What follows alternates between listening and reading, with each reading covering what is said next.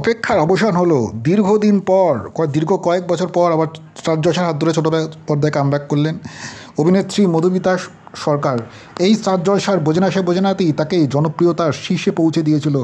নায়িকা হিসেবে পায়ের মাটি শক্ত করেছিল। সে পাখির চরিত্র আজও বাংলা টেলিভিশনের দর্শক মনে রেখেছেন। তারা যশ দাশগুপ্তের রসায়ন দর্শক এখনও ভুলতে পারেননি। এরপর তাকে শেষবার স্টার জলসার কুসুমলতা ধারাবাহিকে দেখা যায়, তাও ঋষি কৌশিকের সঙ্গে। এরপর অনেকটা সময় পেরিয়ে গিয়েছে, গঙ্গা দিয়ে অনেকটা জল বয়ে গিয়েছে। ছোটো পর্দায় তাকে দেখা মেলেনি, তবে বড় পর্দা এবং ওটিটিতে চুটিয়ে কাজ করেছেন। তবে আবারও তিনি ছোটো পর্দায় ফিরছেন। এই গুঞ্জন দীর্ঘদিন ধরেই ছিল। তার অনুরাগীরা চাইছিলেন তিনি ফিরুন। আর অবশেষে সেই জল্পনার অবসান হলো।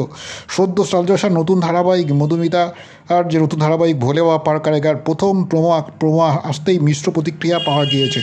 এখানে এই ধারাবাহিকে প্রথম প্রোমোতে দেখা যাচ্ছে একজন র্যাপারের ভূমিকায় অবতীর্ণ হয়েছেন মধুমিতা।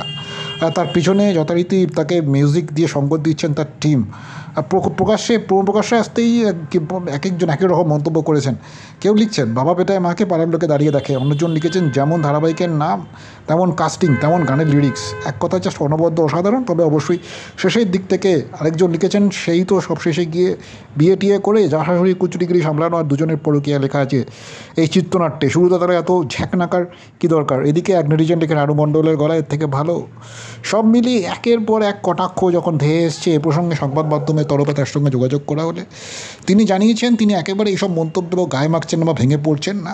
তিনি বলছেন যে দর্শক কী মন্তব্য করবেন সেটা তার হাতে একেবারেই নেই, এটা দর্শকের একেবারেই ব্যক্তিগত অধিকার বলে তিনি মনে করছেন। তবে তিনি জানিয়েছেন টিআরপি যদি সহায় থাকে, টিআরপি যদি ভালো হয়, তবে দর্শক এসব নেতিবাচক মন্তব্য আর মনে রাখবেন না।